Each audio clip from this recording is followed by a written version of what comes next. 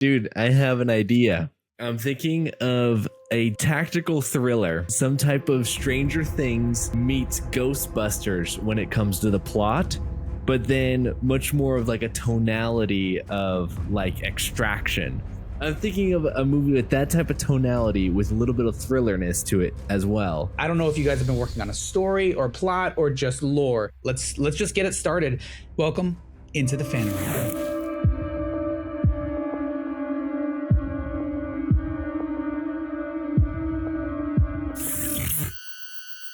I'll start with a quick story, a little background. It's something that actually happened in history called the Dennis Martin missing persons case. It's happened in the 70s, really late 70s. I think it's 1978, 1979. A boy went missing in the Great Smoky Mountains National Park. He was with his father on a Boy Scout camping trip, and he goes out, they're hanging out, all the kids run off while all the fathers are making dinner. The boy is like playing and hiding behind a bush, and by the time that his father notices that he's missing, hey boys, we're gonna come over for dinner, and then all the kids run back and he goes to look behind the bush and Dennis isn't there. So immediately they call the authorities in, and they manage this whole thing, and literally within a day 250 volunteers come to look for baby Dennis. And additionally, one of the groups that comes in is the Green Berets, like the most elite military professionals that exist. And basically what happens is there's this river, and they form like a 30-mile radius, and they say all the volunteers search west of the river, and all the Green Berets search east. For days, the Green Beret report on nothing, and they establish a security line at that river, and they say, no one's allowed over here besides the government. So the FBI and the Green Berets are working to find Dennis on this side of the river. All the volunteers fail to find him over 3 weeks of searching on the west side. And the Green Berets just come out of the wilderness. They go, well, couldn't find him. That's it. And they move on. Which poses a question, which many people are curious about, is what did the Green Berets know were on that side of the river, and why didn't they want anyone else to know about it? So my idea for a film is, what if they know Bigfoot's on the other side of the river? What if they know that there are cryptids all throughout the US that might have a habit of taking people or trying to raise kids on their own that are human, and they don't have human kids, so they need to find them.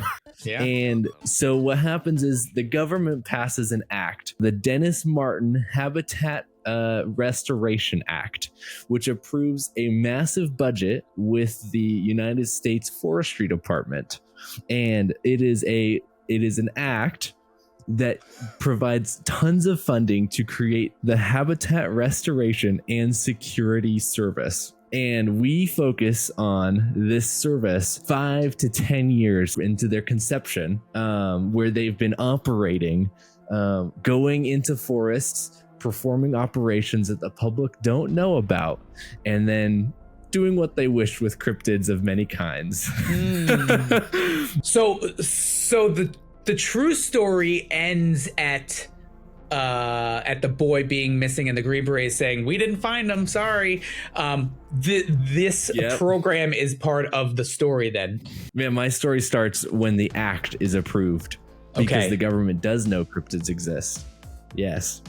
And so we have lots of world building and lore that Will, who unfortunately is not here yet, we'll see him another time, we've been building, and we have lots of world building stories that we've been thinking about, and they're quite wonderful. We also have a trilogy that I'm mapping out in my head that I'm recently including Will in, and I want to include you as well, of movies that I think would be really cool.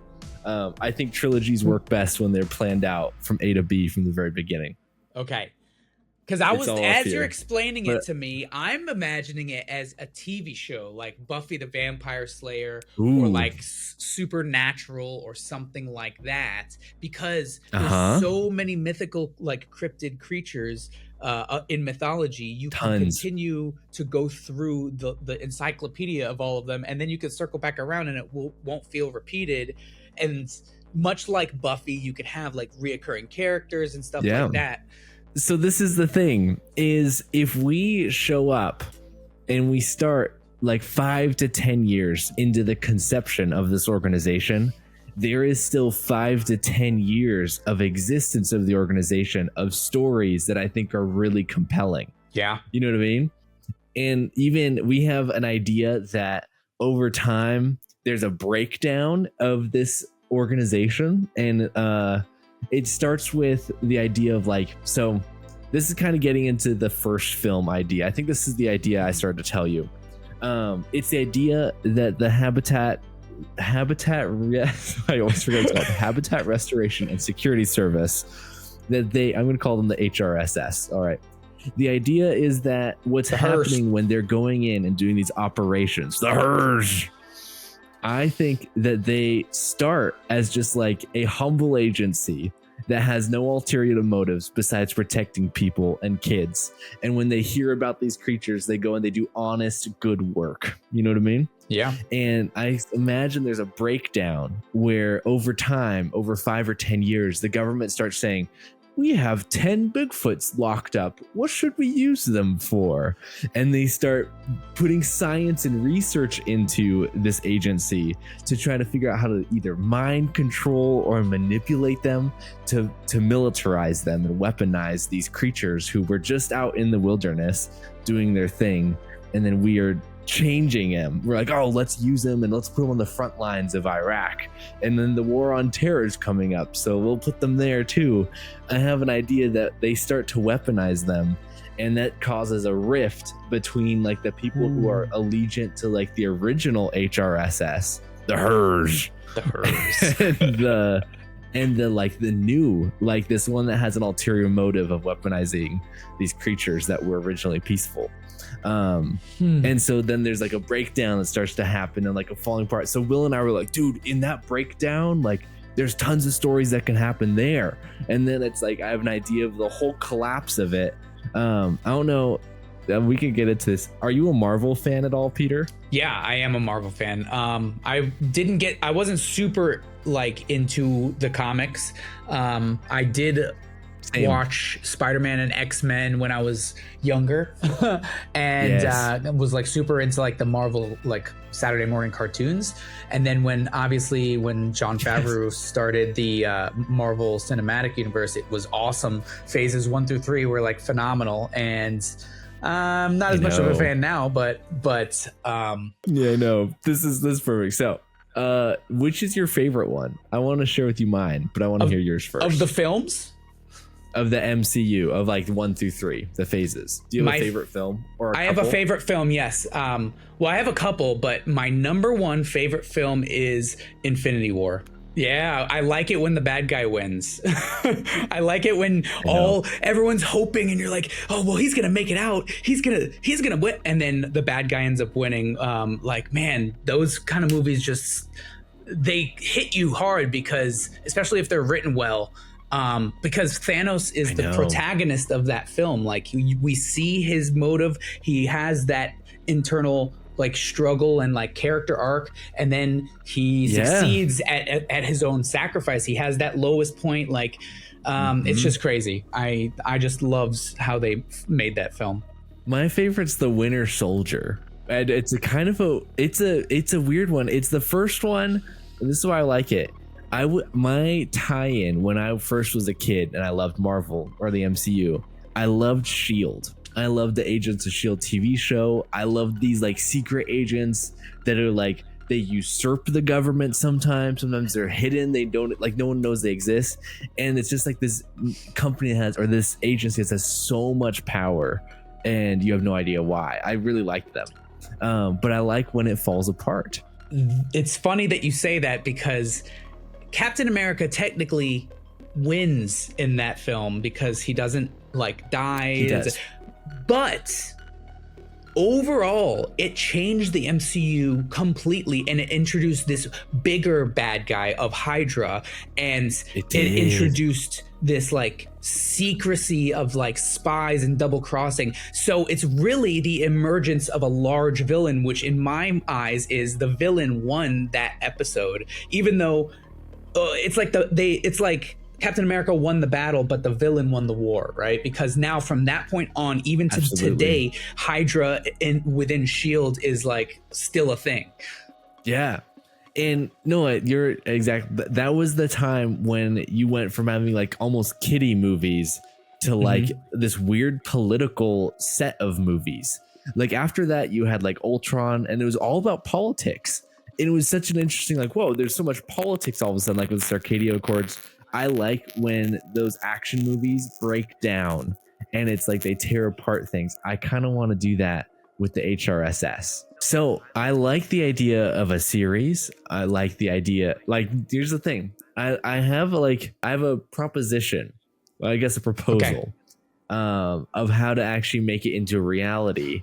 And something that I think a lot of us could have a lot of fun with and still pay the bills.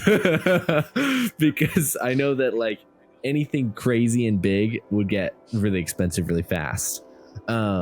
So I have a couple ideas as well, like of sort of some auxiliary ideas all in this same world, which is what Will and I have most been talking about. We haven't really developed much of the main like branch of the story and what we want to do with it.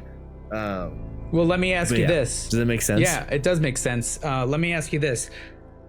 You're talking about like writing it with filming in mind, because sometimes I write something. Yes. Okay, cool. Because sometimes I write something without thinking of filming. Just write the best story, especially something with like mythological creatures that I know is going to be expensive.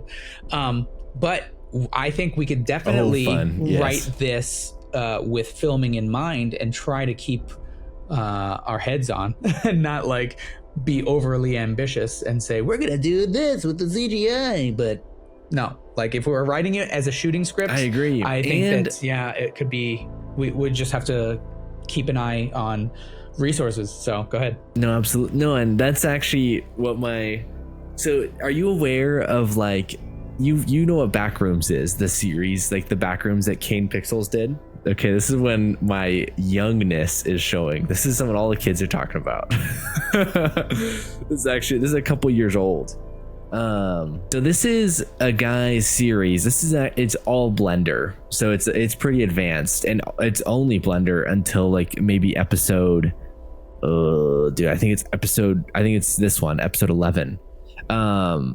But and the very beginning. So this is like kids. I'm not playing sound because I don't want anything to happen with your YouTube video. This is like kids making like, I don't know, a film at home. You know what I mean? Yeah. And then the guy trips and he falls through the floor in this, like, you've totally see images like this, right? This is like this triggering a bell right now. You know who showed this to me? Marcus and Robert. Ooh. Oh, dude, one of the kids, didn't they? They love this stuff. Yeah, Marcus and Robert showed this to me. Yeah, look at this. I was at first they just showed this to me too. And I was like, after a couple minutes, I'm like, is this CGI? And they were like, yeah, it's Blender. And I was like, what? It looks so real. Dude, and he has another project, which I really like, called The Oldest View, and that Blender project is indistinguishable from reality. It's crazy. This one, once you look, he's putting filters to disguise it, but his new one is crazy real, dude. Okay. Anyway, look at this. So, dude, he's like running from that weird tentacly thing. Oh my god. So you are thinking in order to save on like resources, using free softwares like Blender and in order to like create environments or something? What I'm thinking is, so this guy, he started with this internet series and he was a kid. Like he was maybe 15 years old when he made the first episode. He has like 15 episodes of Backrooms now, and they're all between 5. Some of them are 3 minutes long. Some of them are 20 minutes long. And he's like made totally different storylines of all these different things, and he uploads them out of order. So you like, well, that clip right there is like in the middle of his timeline, And then the next episode is like the accidental creation of the back rooms. And then it goes then it jumps forward to like them trying to destroy the back rooms. And then it comes back to like the middle when they've accidentally created this place. They're like exploring it in like these hazmat suits. And so he like is dripping or dropping all these like, basically here's my diagram. If this straight line right here is like our movie or our main timeline, my idea, I'm off the screen over here. My idea is that we create stories along the outside of what we're thinking, like kind of peripheral stories that happen in universe that we can build up a following and an audience for. Kane Pixels is now he's directing a multi-million-dollar film of the backrooms. Are you serious? But it started with him doing internet. Dude, it started with him just having fun on Blender. And so my proposition, not even like I have ideas that require no creepy crawlies. Like there's so many ideas that could just be us playing with green screen elements. You know what I mean? And Will is freaky good at this stuff. Like literally, I was like, I need auxiliary ideas. I have no good ideas. He's like, what if you do this? What if you do that? What if you do this? What if you do that? I'm like, dude, what the? Writing them all down. So my idea is that we could start with the world building and we can get into that stuff. Maybe even save the plot for later. You know what I mean? Like don't even broadcast that or make a video series about it. Like we kind of keep it elusive, you know what I mean? And we can have like an outside of stream talk about the details of what we want to make. But let's just start by having fun in the woods with the camera. You know what I mean? I like that idea. You know, Robert and Marcus, I'm going to shout out to them right now because they are doing this exact thing. Did they show you Bliss and Elysian Pharmaceuticals? Oh, Bliss is awesome. Yeah. Dude, because they showed me Backrooms and they basically said like, this is amazing. And we want to do something similar, like build a series of shorts and like teasers and short films around this idea of Elysian Pharmaceuticals. I really think that's a winning model for this day and age. Like that's how series are going to be being made in the future when we've democratized filmmaking and everyone has access. And it's a new medium. It's a new way to tell a story. And I think we should lean into it. Totally. Oh, I know. We start with, since you guys have started doing lore, we could start with maybe like 3 or 4 or 5 basic ideas for like short films, different lengths. We could do 60-second verticals. We can develop some like 2 to 3 minute ones. We could develop a 10-minute one. Do you want me to read you some of the ideas that Will has come up with for like the peripheral projects? Absolutely. And you can like grab one and we could maybe, I don't know. Absolutely. So we go workshop on one. Yeah, let me ask you this. Yes. Your idea for the trilogy, those are feature films that you're thinking?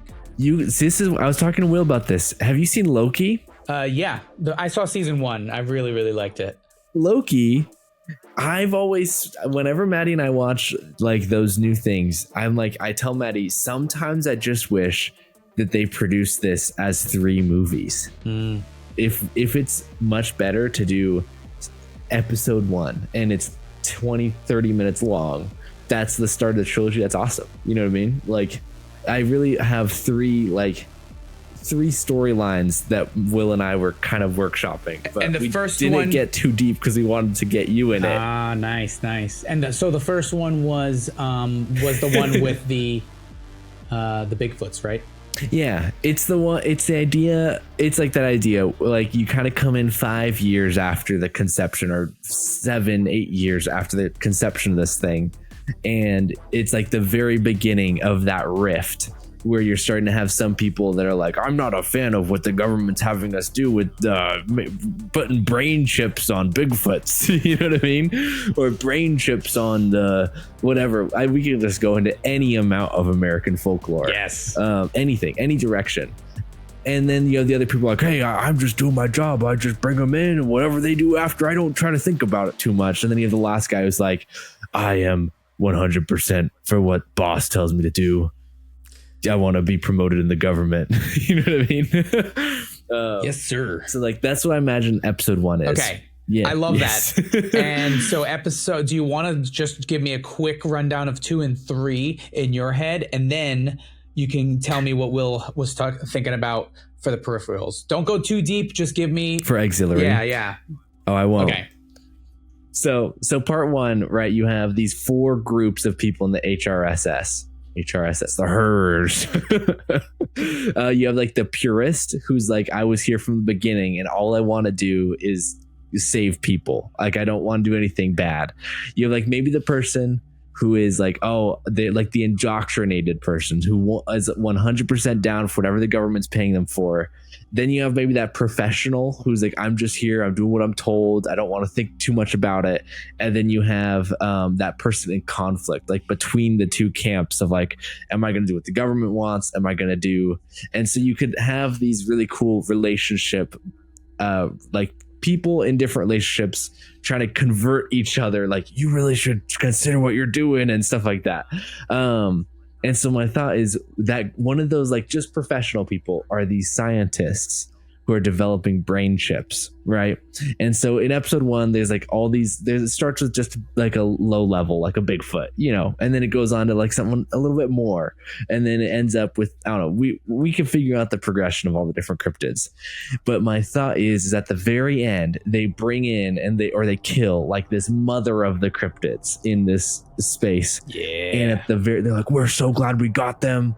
We got them. They were controlling all the cryptids, doing all this bad stuff.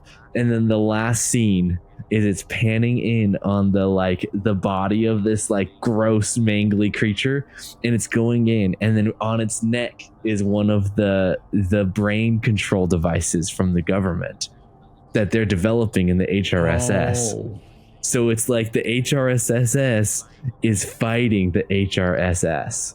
Because they're developing this brain chip, and like an early rendition is on this thing that they've been fighting for the whole movie, and it just cuts, and then you're like trying to figure out like who, what, like, so then in between those launches, like that first part, and then you're waiting for part 2, you're like tearing down the relationships that you've watched. Like, it's much more like that. What is George Lucas like? It's a space opera. What's he call it? Space opera. A space opera. It's a cryptid opera. It's a bunch of relationships that work together, and you start tearing down like, what about that guy? Like, maybe he has some secret motive. Anyway, so then the second one is the falling apart. Like, you're slowly starting to watch all these. It's like you see the inception of it falling apart in the first one. And then the second one is you're actually seeing the cracks form, and you watch it crumble. And then the third one is it's just these different divisions. No one is the HRSS. It's 3 or 4 different factions that all are like racing to get to these cryptids. Like there's a report on the radio that there's a Bigfoot in Yosemite, and these 3 factions are racing to get to it. The one is to just save Bigfoot, one is to put him into the military, and the last one is this new, like, this weird world order person who's like, wait, why was the HRSS fighting the HRSS? Like, that motive. So whatever the motives were, that there was a cryptid that was being controlled and that they were also fighting simultaneously, whatever that motive is, like, that splinter is also like, so you have these 3, like those like people, like the government, the purist, and then maybe like these 2 people have turned into another one. You know what I mean? One of the factions could be that, like, because if one faction is there to help protect these mythical creatures, one is there to capture them and use them as weapons, and the third one's there to just kill them. And they come in and they're just like, they're abominations and they don't deserve to live. Like, we're just going to kill them because they are dangerous. Yeah, and actually I feel like the original intention of the HRSS to like capture them and like maintain them and like maybe not even control them, it's still kind of muddy. You're like, oh, it's just this creature that has a soul, but then they're just putting it in prison because it could be dangerous. Yeah. So it's like, you're like, well, that person, that is kind of that capture. And then maybe that those people that are in that hard spot those are the people who are like, we need to save these creatures. And then you have those that are like trying to prison them. And then you have those. Yeah, no, you're thinking exactly along the lines. And Will can just spit this stuff out like butter, man. It literally just like oozes from his mouth like molasses. Every idea, like motives just pour out. It's crazy. I love it. So yeah, those are the three in my idea, like the three different stories. And if each of them was just like a part 1 and a part 2 and we had 8 parts, like that'd be awesome. But I don't really care what happens. It's just an idea. At this point, it's nothing.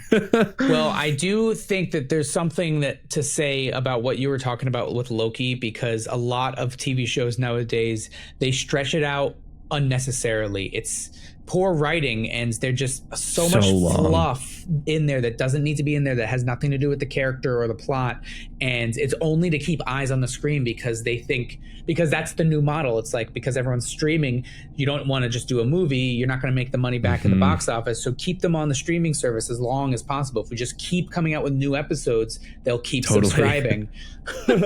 Even though it's already failing, it's already falling apart. No one wants that.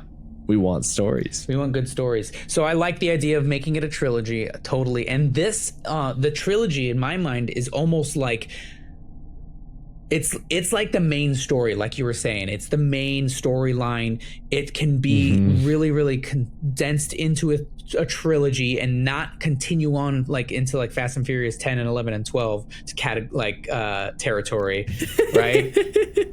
It could be like Lord. The original Star Wars, just like it lived, or the Matrix trilogy. It lives within itself, but then like the Matrix, the Animatrix are little tiny stories that take place at the same universe at the same time. So what kind of stories are you thinking? Yes. So Will is great at these, and a lot of them are more of like, we're kind of thinking just world building as the first thing. Like my idea is like we just laid down a lot of lore. Yeah. You know what I mean?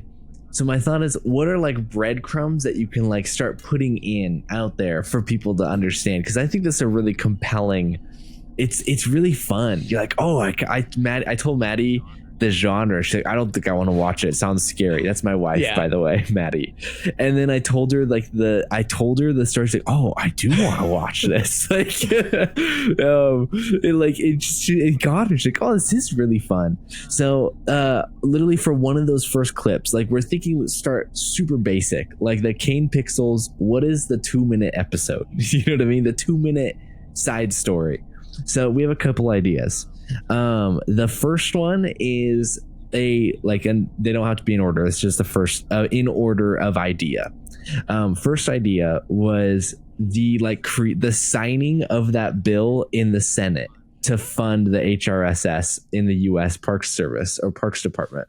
So it literally starts with like, it could be, we could go to any large room, just go to like I don't know, you could even do a school, like, you know what I mean, in their little council room, and it's just a quick little clip. We can literally put whole pictures and do really zoomed in for our actors and just stitch together a Congress approving the budget of the, what did I call it? Do you remember? The Dennis Martin something or other, like approving that act, and then it just cuts. I have it written down because Will's actually the one who named it. And I was like, dude, I need to write that down. I'm going to forget. What's it called? The Dennis Martin Habitat Safety Grant. And it could literally just be a quick... I know, dude, it's awesome. Like, it could just be a quick 2-minute TV snippet, and I imagine it being in that old style, that retro style of TV, of just them like, all right, council member, why do you think that we need to? It's like, well, everyone who votes to, or everyone who sways, that conversation happens in like Congress, and then everyone who says aye, and then they all say aye. It's like, all right, the Dennis Martin Habitat Safety Grant is approved for $37 million to the U.S. Forest Department. And then you have one story done. You know what I mean? That's not really fun. Well, actually, then I was thinking of like another quick one. We can make that. We can flesh that out into a real story. Like, having from the perspective of like an intern or a someone who's on a campaign trail, or even from a congressperson, and have them have this struggle of like finding out the secret or knowing the secret and not being able to reveal it, or voting against it because they know the secret, and then there's this big drama within the Congress where there's a debate and stuff, and then maybe even end with somebody dying or killing themselves.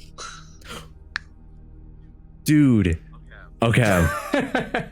The director that actually managed the Dennis Martin, like the agent of the FBI that was assigned to the Dennis Martin case, did take a toaster bath. Interesting. He did. It actually happened. This is why there's so much speculation about this case, is because the guy who was in charge of the Green Berets and the FBI decided it wasn't worth it anymore. Yeah. So what you just said is perfect for the story. Like, it's crazy. It's totally crazy. Anyway, and my other thought was, even what if the dad, so there's this thing, what if the family found out and was told not to tell anyone? Like, what if the family was said, hey, your son was taken by Bigfoot and we can't tell anyone, so we're going to act like we didn't find him, but we did, but we can't tell you. Like, we have to act like we didn't. And so, like, my thought is that the dad is like, in this alternate timeline, it's like, oh, wait, you're telling me that my son's out there and you just can't give him to me because Bigfoot? And then he's like presses people, and he's the one that pushes this act through to get more funding. Like, if it happened to my son, it can't happen to any other sons. I like your idea of like, you could flush out the story, and do you know what? It would require nothing. It would like no special effects. That's just a story. Exactly. You're totally right. And, I even was thinking that we could go as far as to show or recreate the boy going missing, and like just maybe downplay it instead of having like hundreds of volunteers on one side and the Green Berets. It's like, so if you put that on there, you have a note about that? I have an idea to do a 1970s style mini documentary about the Dennis Martin case, and to like film it in, I don't even remember, what is it called? Like 4:3 or 3:4? That really boxy style. I actually have a documentary to send you from that era that is like the perfect, it's like Star Trek music in it. It's crazy. It's really cool. I'll send it to Please you. Do. But no, you're already in the same mind. You're a hive mind now. Yes, we are bold. Let me ask you this. Let me tell you this. I'm going to tell you right now, boy. I think we should change the boy's name, and we should have this series loosely based off of that story, but not reproduce anybody's actual names. Like, we should make them all fictional, and then we can actually recreate this and name the kid something else, right? And make the entire lore completely original. Here's actually another thought too, because my idea was to get, the only reason I was thinking about this story was because it'd be cool for people online to like see this approving of a bill. You know what I mean? And then they're like, who's Dennis Martin? Like, someone who doesn't know. What if we actually tell another story very similar to it that's not his story, and then it's like someone is like, hey, this happened to this other kid and my kid, and the story we tell is the fake one, but then we can like point towards this other one as well, so that there's like these breadcrumbs for people to find still. Because I can imagine someone like watches it like you're watching Marcus and Robert's film. You're like, imagine if there was something real in there, and you're like, I wonder what that is. You Google it, you're like, what's this story about? You know what I mean? And that could be some breadcrumbs, but I also understand why you would want to avoid it altogether. I'm in like both camps. You can change all the names or not. Okay, how about this? Your documentary that you want to make if you make it not like a mockumentary, not like a fabricated documentary where you're fabricating like things that didn't happen and putting fiction into it, make it a real, completely a 100% factual documentary and make it as good, as professional as you possibly can. You can we can do recreations or reenactments of certain things and actually show that it's a reenactment. So think a History Channel documentary. And then we build like you said, that's parallel lore of it happening to another kid, and the bill, we call the bill not the Dennis whatever bill, but we at least still have that documentary as kind of the foundation where everything else builds off of, and it's a true real documentary about a real thing, and then everything else we have to put a disclaimer saying this is loosely based, but everything is fictional from here on out. Yeah, we make it like a true crime documentary first. Yeah. Or like, and maybe even down the line. That's one of the things you sparkle. Like, we literally there's so much research. This got me into, I found out about this thing in high school, maybe my sophomore year of high school. And recently I was like, I'm going to look back into all that stuff. That stuff was really fun when I was like kind of workshopping this idea. And I was like, this is crazy. Like, there's so many details. But I really like we could do not a mockumentary, like a true attempting to make it a documentary to the best of our ability. Yeah. And then we can have these other peripheral stuff, but also we could make a mockumentary too. Like, not of that, but of something else. I love mockumentaries, dude. I love them. And I think it would be easier if we just created a completely original lore and changed everybody's name and didn't bring anything true. It would be easier. It would protect us more. And, we wouldn't have to do as much research. We could do, still going to take research to get these characters and these monsters right, but we won't have to make sure that we're being 100% accurate and true to the truth, that kind of stuff. Yeah. No, and I'm super, but then the other thing is like, there's this other part of it is like, there is no documentary about it. What if we were the first to do it? That's true. That's like that's another story. But again, I don't even know if I want to do that stuff first. Like, maybe that comes down the line. That great idea. Like, I love the idea of like this, you have all these other motives and like getting this bill through. I like that. Coming back to that, to this, like, you have all the other people. Do you know what it reminds me of? Did you watch Andor? No. Oh, you can't. Disney Plus, didn't you? I heard it was good though. You haven't. Oh my gosh.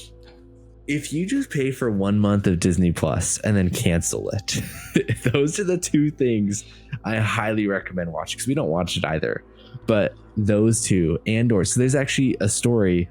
Andor is, again, it returns to that original philosophy of it's like a space opera.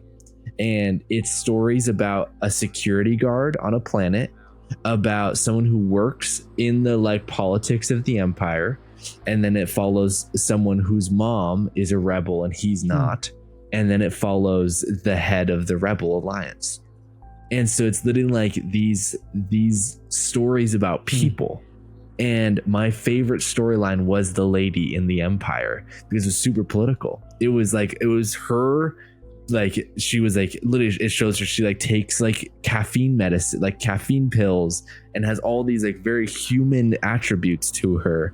Of like, it's just someone in the machine of the Empire who is trying to better her life and make more money. Like, you get that taste from it, it's really compelling stories that they put in to Andor. It's really cool. The White Vault, this is exactly what I'm trying to do with my motion graphic novels, except they're not spending thousands of hours trying to animate them in the novels. I could have already had 10 episodes done by now. So, dude, the White Vault's it's about these researchers who are stranded. They like go out to make a repair on a station in the Arctic, like up with polar bears and stuff.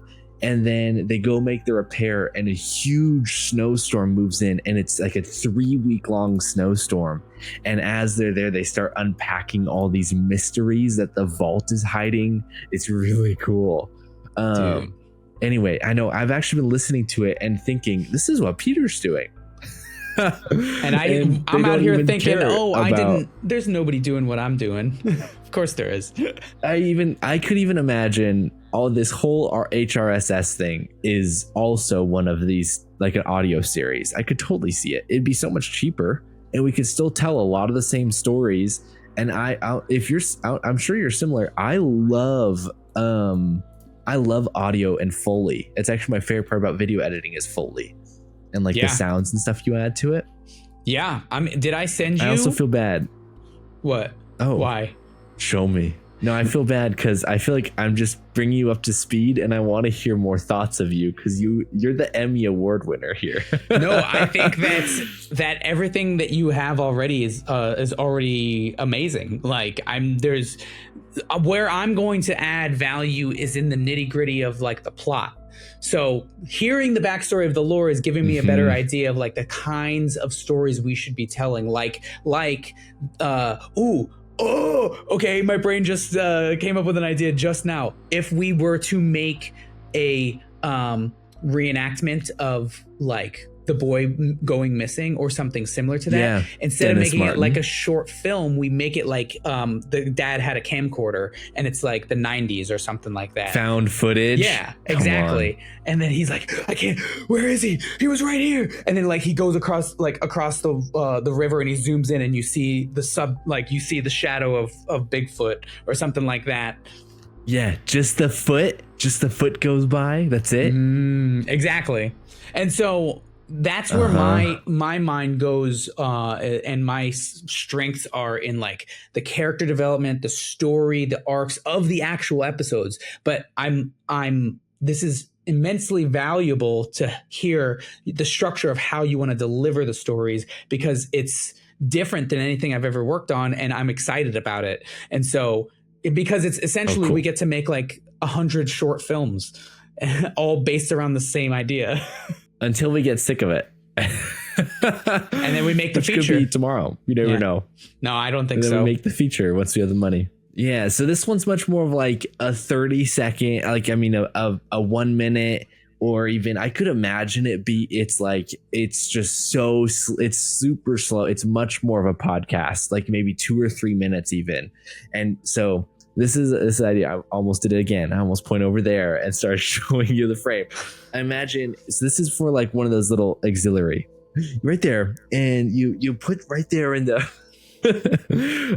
so it's like a ham radio, like that old, a ham or a CB radio. I don't know which ones. I think CB stands for civilian broadcast. So maybe ham radio. Okay. And it's sitting on like an old chest or on a desk in like a ranger station, like very like old vibes, like just a shack or something really cool, dusty, with like right next to it's a lantern, like a wick lantern that's lit. And do you remember how CB radios, how they used to have like they had that strip that was glowing and you'd move the needle back and forth in it? Yeah. Do you know what I'm talking about? Yep. I imagine, so like you get the ambient glow of that, and then this little like wick thing, and it's just zooming in, and it's just audio of, it's the videos that, and all the audio is like a raid on a radio tower or something, that one of these cryptids, like a cryptid raid of the HRSS, the hers. Every time you're gonna say it, and it's just slowly moving in on the radio. And I imagine it's like it starts off like very like simple, maybe not scary at all. It's just like, all right, we're approaching on the property, and it's coming on.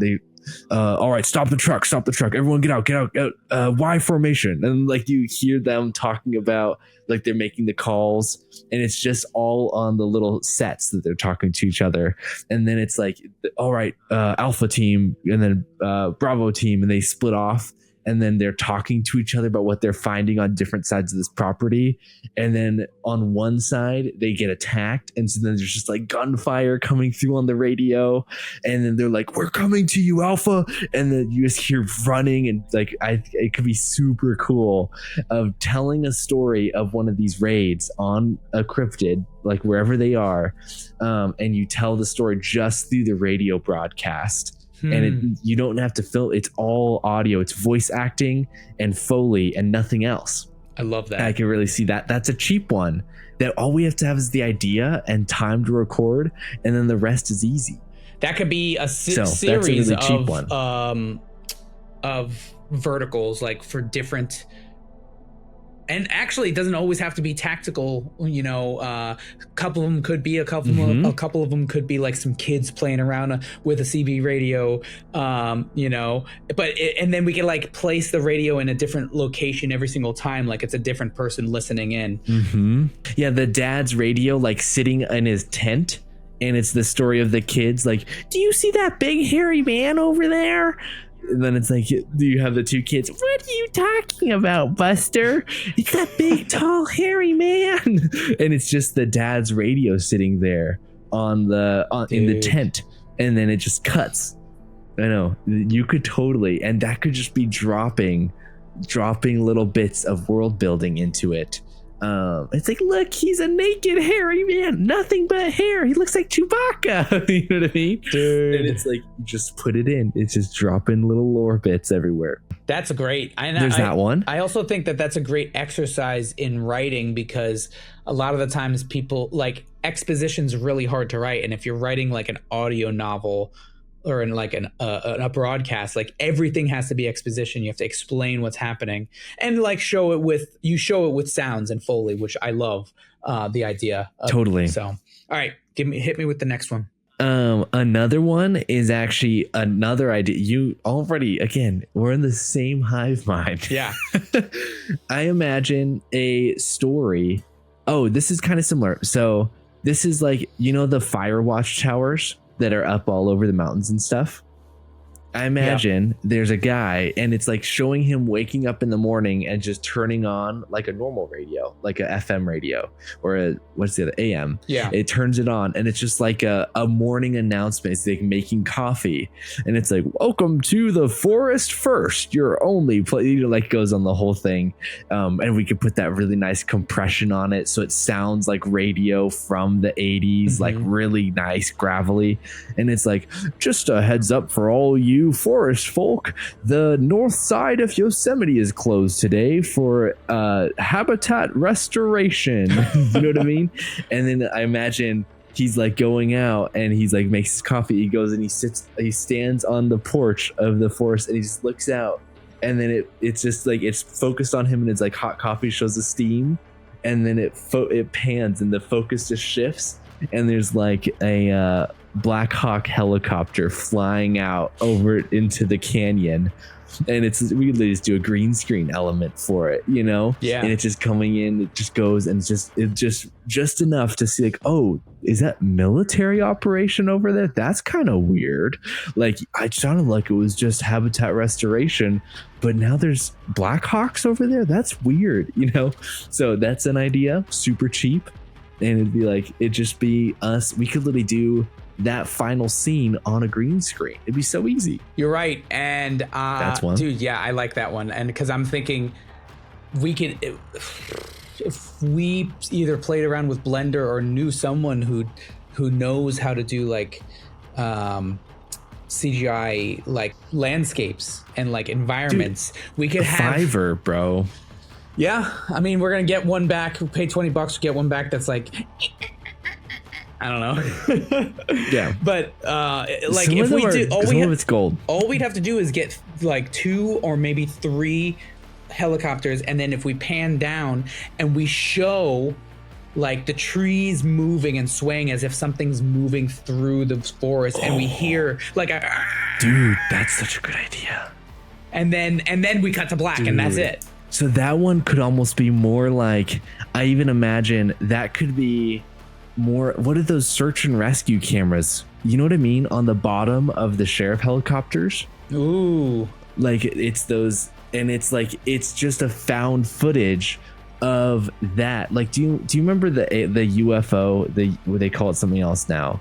Not UFOs. UAV. The unidentified, the UAV. Yes. The visual phenomenon. Oh, no. VF or yeah. Well, it's because they're not just flying in the sky anymore. Now they're going they're going under the water, and so and like supersonic. They're trans, so that's why we have that's why we have to change their name. See, this is my idea of like, it could, like on your idea, I'm gonna write this down because this is a new one. It could be one of those like stereoscope recordings of like, it's actually the helicopter just flying, and then it's like dipping down, the camera's like, wait, did you see that over there? Like really similar language to what we're really familiar with after those leaks, where it's like, all right, we're looking for make sure you keep a lookout on the boy, and like a really cold thing goes by. These are two different ideas. It's crazy. I know what you're saying. We use the drone and we fly around, and then in post-production I put like a camera shake and like a zoom or something like that on there, and then we fly it like a helicopter flies, not like a drone flies. Yes. Dude, we act like it's really big and hefty. Hold on, these are both these ideas, and you could do one which is like, maybe the first one that we launch is a little bit more cryptic in the way that it's like, it's more of just a heat camera, or it's just a night vision camera, and so we can really distort it. And then another one later is like the one you're saying, like where it's like it pans down and it looks at the trees and they move a little bit. Dude, both of these are really, hold on. The really cool thing about the radio ideas is we literally could even make the video, like the visual, with Midjourney. Yep. We don't even have to film anything if there's nothing moving, and we could find shadow elements to put on it. It's really cool. That's exactly what I was thinking as well. I'll start. That Midjourney is going to be for something like that, because literally all it is a radio. And it could be in a different location every time. We can even put it into like one of the like video AI video text to or photo to video converters and have like moving elements within it. Yeah, I called that public radio broadcast in fire lookout. And then there's another one, helicopter footage of. Oh, you already did thermal. Okay, never mind. Yeah. Okay, so I have a couple more. Oh yeah, and then oh, you already did found footage. Oh, we could also go. No, I just did the found footage. You do the mini doc, yeah. Oh, the formation of the USFS and HRSS. Okay, we already did that one. Oh, I have one. Here's one. GoPro like body cam footage of a raid. Okay. Like it could be that's kind of more that found footage feel as well, but I can imagine it's like much more posed around a body cam, you know? Yeah. So I could like, that's a similar story to the radio, but I could dude, we had a crazy one. So the found footage, I'll explain the plot of the thing. Our thought was that they show up to a place that there was previously a raid, and they lost contact. So they like, I'm imagining they're like rolling up in an armored truck, and they park next to an abandoned armored truck, like the other team that was there. They all get out, they like go into this like station, the radio tower, wherever they go, with this abandoned cabin, and no one's there. And then there's this cryptid, which I love. He's one of my favorite cryptids because I talk about him whenever we're camping. He's called a tree squeak. Oh. And he's a little like squirrel guy that has his back is camouflaged with wood. And so his camouflage matches whatever like biome he's in. So like there's different varieties of tree squeak throughout the US. This is obviously, it's all fake, but there's different varieties. So like one is like an oak tree cryptid or an oak tree like tree squeak. And so there's like a whole race, like you could actually go across the whole nation. I'm just giving you the whole lore because I love this guy. The tree squeak's my favorite. And he doesn't have a voice of his own. He's like a parrot. He can only mimic other voices. So he can mimic like a other bird. He can mimic a squirrel. He can mimic humans talking. So like he could be your friend crying out for help. Oh my gosh. He could mimic a gunshot. He could mimic a tree branch falling. He could mimic a campfire. And so the idea is like, oh, did you hear that? Did someone just call for help? Dude, don't worry. It's just a tree squeak. Like, are they nefarious though? Like, you can imagine. They don't have to be, but they could be if you, this is the fun part. They're harmless. they're just like they're a weasel, you know what I mean? But if they're in this larger plot of being used by this other larger controlling cryptid, now it is nefarious because it's a cryptid being used by a nefarious one. Yeah. And so the idea is like they roll up on the raid and they're like going to the house, and then they hear like a help over here, we're over here, and then they're running through, and right when they run past a tree, you could literally just see, I could imagine just superimposing a texture of a squirrel or of a tree on top of a little squirrel. Just the squirrel moves a little bit, you know what I mean? Yeah, like super simple visual effect with just dissolve effect on it. The little squirrel just moves right when they run by, you know, so it's like it was a tree squeak calling. And maybe someone doesn't even know the lore of the tree squeak, but someone who does will be like, that's my favorite cryptid too. You know what I mean? Anyway, so then they run over the hill on this body cam footage. And then there's all their whole squad is there, like just tons of them. And this is where we can then there's one alive. And that one guy who's alive is kind of like robotic in the way that he moves. Like he has his like shield over his eyes. So you can't that guy's kind of weird. And it's a skinwalker the whole time. Oh my god. Because skinwalkers they're the cryptids that go inside skins and they like superimpose, they do their best to act like it. Yeah. Like the Men in Black alien. Yep. That's a skinwalker guy. Edgar. So I imagine like he's like getting into the van, and then like he's getting the front seat, and the guy in the front seat of the guy is like, oh, are you good? Like that's the dude who had the chest cam the whole time. He's like, are you good, bro? And then it turns over and it's just bang right when he looks. Dang. You know what I mean? Dude, I love that that's idea. Like kind of the story for the. So wait, but do the skinwalkers can they control the squeaks, the tree squeaks, or are they? This is if. Go ahead. Also, in this nefarious plot being controlled, are they being controlled by the government? Are they being controlled by another supernatural entity that, like, this is the idea of the main episode, is like they're unpacking, like they start with very simple, like Bigfoot's, like someone who literally everyone loves Bigfoot in the, like, he is the badge of the outdoors, right? Yeah. And so, he's basically Smokey the Bear, but a little creepier. He's like, oh, you can prevent litter. You take care of the forest. People love Bigfoot. Yeah. So like you start with someone harmless like him, and then you slowly up over the movie, you start introducing bigger and scarier cryptids as you get to the top. And then the top one is that one that they kill. And then the control devices on it, I like that. So the tree squeak is working alongside the skinwalker is in the idea. Brandon, yeah, there's so many. I'm sorry, I'm just info dumping on you. It's okay. I have one more, and then I think I'm out of ideas. I might have more somewhere else. I know Will and I have just talked, but I don't write them all down. That's why I try to write them down when we talk about them. Last one. Go ahead. You said you have one more, or last one. I have one more. Okay. I think that will remember more because I forgot a lot of them. Okay.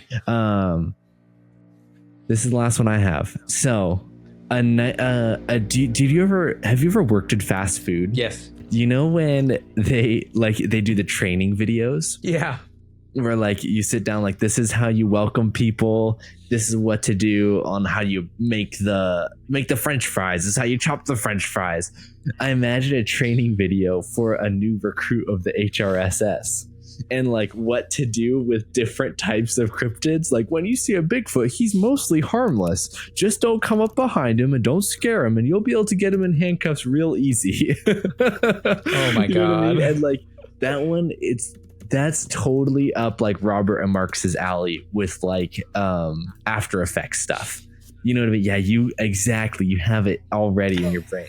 Yeah, I could totally imagine it. Like it's just the little, like I imagine just the little white outline of Bigfoot on like a white outline, just a little silhouette, and then like a little army guy comes up, it's like, it's mostly harmless. just don't come up behind him. And then and then like it just shows a skeleton, and it's like, as long as you're really quiet and you approach it quiet safely, you can put. And it shows like the transfer of handcuffs go on to the yeah. It's just like yeah, and just super simple.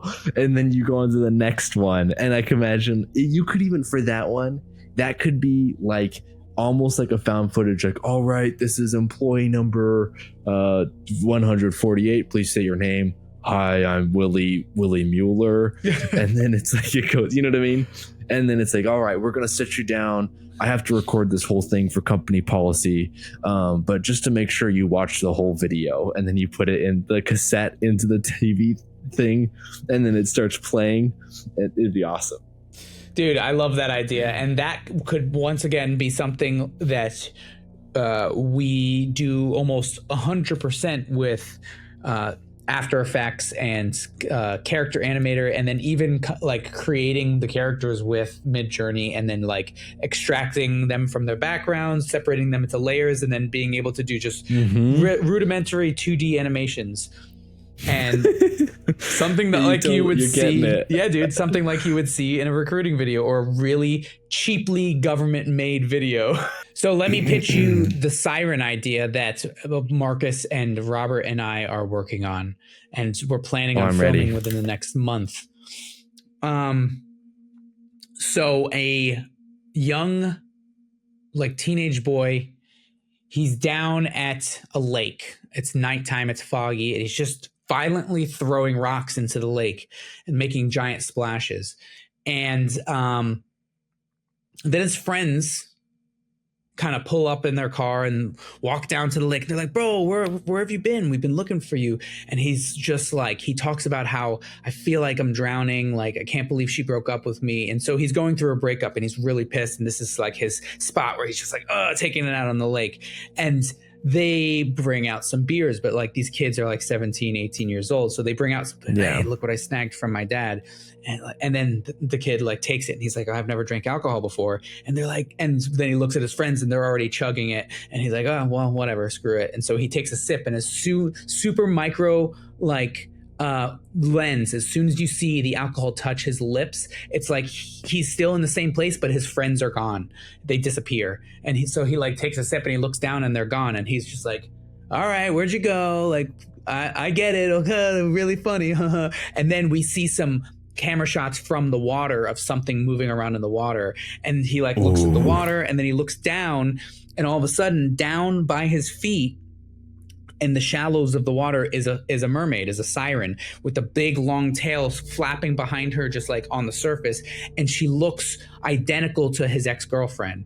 And at first she's like her mouth is covered, and he's like, are you okay? And then he like sees her tail, and he's like, whoa, what the hell are you? And it's like this conversation, and he starts getting flashbacks of his girlfriend. And like we see kind of like how he was not a great boyfriend. Like he hit her at one point, and then we like come back to the siren. It's almost as if she's hypnotizing him, and then she lifts her mouth up out of the water and starts singing. And Robert has composed this creepy like mermaid song. It's like a mermaid lullaby. What? And I listen to it and I'm like, this is awesome. So like she starts singing to him, and he gets closer and closer and closer, and then all of a sudden she's like, he breaks free, like he's like, ah, and he breaks free, and she's gone, and his friends are gone, and we cut to a wide shot of, and he's like, what the hell's going on? And then in the middle of his scream, we cut to, it's the exact same camera, so it's on sticks. He's like, what's going on? And then we cut to the next morning, and he's lying face down in the water, just floating there. So this could line up really, really well within this lore, because it is like a cryptid creature. And we can even have... I was going to say, I almost wonder if it's a Great Lakes mermaid. Because the Great Lakes all interconnect to the ocean. They all go to the Atlantic. So if it was like in Michigan, that still puts us enough in the middle central United States where a lot of the cryptid lore is. Tons of it is all in that like Appalachian Mountains, Smoky Mountain ranges. That's where most of like the the stories come from. And it's because there were a lot of Native American stories from that area that then like got passed down to like the settlers. And that's why we actually, and same with like this whole area, this is really random information about like this, they call it cryptozoology. All of it starts basically with the Nordic, the Native Americans and the settlers. So the Nordic came and tried to settle Canada and then left. So the people were like, well, what was the thing that, so they have tons of stories, like Nordic stories about the land to the west. The Native Americans have tons of stories. Do you know about, no, I really like it. Cause I feel like it'd be weird to try to get like them out onto the ocean because unless we make them like a Coast Guard thing, but a Great Lake is something that they would totally fit for their like jurisdiction. You know what I mean? One of the Great Lakes up in like, I don't even remember what they're called up there, but you know what I'm saying? Yeah. You're following. I am. Oh, dude. Yeah, exactly. And I was even thinking that at the end, if we have the body floating in the water and we're just sitting there, like no music or anything. We're just like, you just hear like the sounds of nature and the credits are rolling. And over the credits, you see somebody in an HRSS like uniform, like blocking the area off with caution tape or something like that, right? Dude, add something simple like that to the end. As the literally you make it a peripheral detail, like just the credits rolling, and then slowly across the super wide angle, just a dude walking the tape out like super slowly. I can totally imagine. You're just like, what's that guy doing? And it's like, it's slightly different from a ranger, slightly different from a cop. So you're like, that's a weird guy to be out there. Dude, that's really cool. I actually have one more that I forgot about, or two more that Will and I brainstormed. I was looking at our texts. I'm going to send you really quick in the chat, the Riverside chat. Here's the documentary that I really like the vibe of. So you can see those. Oh, dude, it's so good. Oh, you're looking at it. Yeah. Yeah, the music is so, it's like we were talking about Star Trek the other day. It's just like Star Trek. It's super cool. Okay, these are my other last two ideas that Will and I have talked about. A hunting documentary. One or two civilian men like entering the forest and like encountering Bigfoot. Like they're not really even going to hunt Bigfoot, just like they go out there, much more of a mockumentary film like feel to it, you know, and they literally just encounter like this beast that roars at them. Like I was world building with ChatGPT. Like I was like, I am a hunter, like role play with me. I'm a hunter and you are Bigfoot. And I was telling it the story of like, I'm coming in to find you. Like, and then dude, ChatGPT played along so well. Really? I was blown away. I'll actually send you the transcript because I was like, I was sitting there reading. I was like, dude, ChatGPT's so smart. It was really cool. It was like, was doing things in the story I didn't expect it to use it that way. Like I never thought to use it that way. I didn't know what to do with a story about them going into the woods to find Bigfoot. Like I didn't really have an idea. Yeah. So I was like, I don't know, ChatGPT, you be Bigfoot and I'll be the hunter. And I was like, I'm walking in, I'm taking a bite of my protein bar and I'm headed into the woods to find you. And then it literally was like, you are an idiot.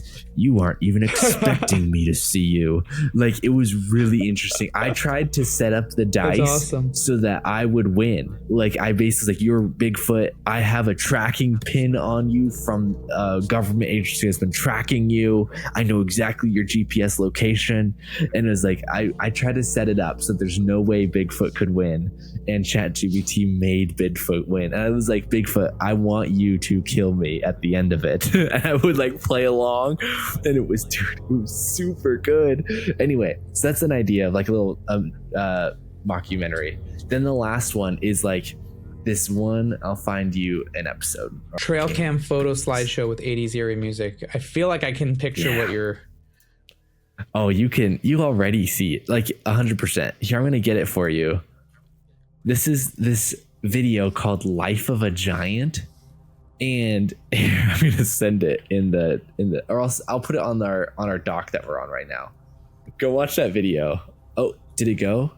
Right there. Hats off to this guy who made this. This is the same guy that's making the documentary of but it's just like some goofy video of this guy, of this like story. This is the character of his little short film. I imagine something like this, but trail cam videos, or trail cam photos from different people, you know? And they're like, I've been noticing weird things happening on my property. And just the words from like Windows Movie Maker. And then just a collection of photos like this is at 12 p.m. and then this is at 1. And then it slowly gets a little weirder and weirder. It's like, I saw this weird thing in the far off corner. And like it circles it with just like, do you see that? It's like totally indistinguishable. But that's that's another idea for like a trail cam. I like that. Like that. That's not what I was imagining. When I read that, I was imagining like an actual like slideshow, like of some, and then somebody like explaining what each mythological creature is, what their strengths are, what their weaknesses are, which then could be a film in itself. No, I really like that. I like the idea of it's like a presentation, like what I'm sure you sat through hundreds of them in the military. I've heard that's like the life of a military man is just slideshows. Yep. Death by PowerPoint. Yeah. So what do you think? Because a lot of these are like alternative ways, like very creative ways to make like analog footage.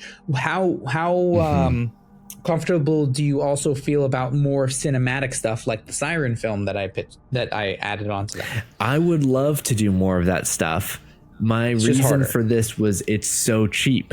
That's the only reason why this is my main idea for a lot of it. I would love to do anything else. It just takes a lot more production time, all that stuff. I'm down to do anything though. I like the idea of like the Congress passing the bill. Like even that's kind of could be more of a cinematic film. Like literally just, I didn't even think about it being a cinematic. I was like, oh, it'll just be a TV spot, you know, like of the I'm passing it. And then you're like, well, let's make it a story. Anything. I'm down to put films all throughout it. I actually think that one of the best ways to like get some hype about it would be to make a really compelling short film and then make that, like take that through film festivals. And then funnel everybody who likes the film at the film festival to the existing archive YouTube of channel. All of the footage. Exactly. Mm-hmm. Is there a cryptid or mythological creature that is almost like death looming over you, kind of whispering, telling you to like unalive yourself? Interesting. I don't know. I mean, I'm sure we can find it. There's some really creepy. I mean, let's see. Well, because I wrote a short film called Possessed, and it's all about a girl. She's talking to death, but death takes the form of her. So it's like she's talking to a different version of herself, and it's like she's being haunted, and then she ends up unaliving herself at the end, and then one of the police officers or ambulance people, like death moves to him and he starts seeing himself and he starts talking to himself, and it's kind of like it jumps from person to person, and it all takes place in one location with one actor, except for the very end when we introduce the next actor. But it's cinematic and it's creepy. But so if we could find something within the lore of the cryptids or we create our own, like it's some type of a demon that possesses you. I mean, that's the fun part about a lot of it is like you could just create one and it fits anywhere. You know what I mean? Like that's the best part about all this. I'm not even done. I'm watching like a huge iceberg about all the cryptids across the whole world. I'm sure I'll get there. I'm sure there's someone. Nice. There is one guy, and I don't remember what he's called, but he's like I think he's human though. I think he's like, he used to be human and he went out and he did his thing, and then he's over the years he's evolved into a different person, like in a different thing. I can't think. I like the idea though of like the whispering and like an inner conflict that then becomes like as they become more attached to to this idea, it becomes them. So it's like, oh wait, you look familiar, you know what I mean? It's really cool. Sick, dude. We can just completely continue coming up with millions of ideas for hours and hours on end. So let's regroup soon with Will, because I think that we have kind of like a really cool plan.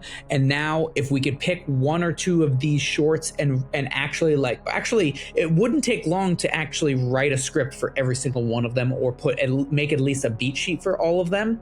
And I would love to actually get on and write or outline your trilogy at some point as well. And that way we have kind of like a plan, and then we can start executing if and when we have the time and resources, and slowly start building out this franchise, because I think it's a really cool idea. I feel like there's nothing like this anymore. I know it sounds funny. Like there's nothing we don't have any more original ideas. And there's almost nothing that has a mythos to it. Like MCU has such a mythos. It wasn't original, but it was almost original. You know what I mean? And it's like it was something that was never played with. And then everything else, they've never been original. They're all like, everything's just a repurpose now. And I miss having something new. Dude, there was that time we had all the books coming into fruition, like Lord of the Rings, Narnia, whatever, Hunger Games, the other one that was dystopian. Potter. There were so many original Harry Potter. Dude, what's the one? It doesn't matter. Anyway, there was like such a bloom of new ideas coming to the screen, and I miss it. It doesn't exist anymore. No one's like excited to do things risky. So I think it's cool to do something fun. Yeah. I have a plan, and that plan, I think I've told you, is, nobody wants to make a movie that's an original idea nowadays. So how do you get around that? You create an audience, you build up hype around an idea, and then you pitch it to the studios or to the people with money and say, it's not just an original idea. It's a pre-existing idea with hundreds or thousands of people who are interested and want to see the film. Whether that's a novel or a motion graphic novel or a podcast where we're talking about it, or short films, or even I'm thinking of my plan is to publish all of my feature film screenplays as screenplay novels. So it'll be completely in screenplay format, but it'll be like a hardcover novel. And because I don't know of anybody who's doing that, and I think it's a cool idea, because I'm not great at reading regular novels, but I'm really good at reading screenplays. So doing that to all of your IPs, man. Yeah, that's really cool. They did that with the original Star Wars, or not the original, with episode 7, and I read it on Audible, and it was more engaging than the movie. I know it sounds crazy. I literally listened to the whole thing. I finished it, and it was 4 hours long. It was crazy. It was really cool. The screenplay was better than the movie. That's not bad. It's only twice as long as the film. I know. That was long for me. No, this is really fun. I think it would be cool, like you should try to get listening to Dune. I did try to listen to Dune. My friend told me it was coming out. Yes, Dude, Dune's... He told me right before it came out, he's like, dude, you have to read Dune before it comes out. It's such a good book series. I started it and I could not. I just was like, holy moly. So slow. Yeah. I never watched a movie because I never read the book. But the book's on my Audible right there. All right, man. I'm going to log off tomorrow, and I will see you in the morning, 6:30, bruh. Goodbye into the Thaneron. Thank you for watching this episode of The Writer's Room. If you got value from this, please subscribe, like, and hit that bell notification. And for more storytelling, screenwriting, films, and audiobooks, check out our library on Into the Thaneron.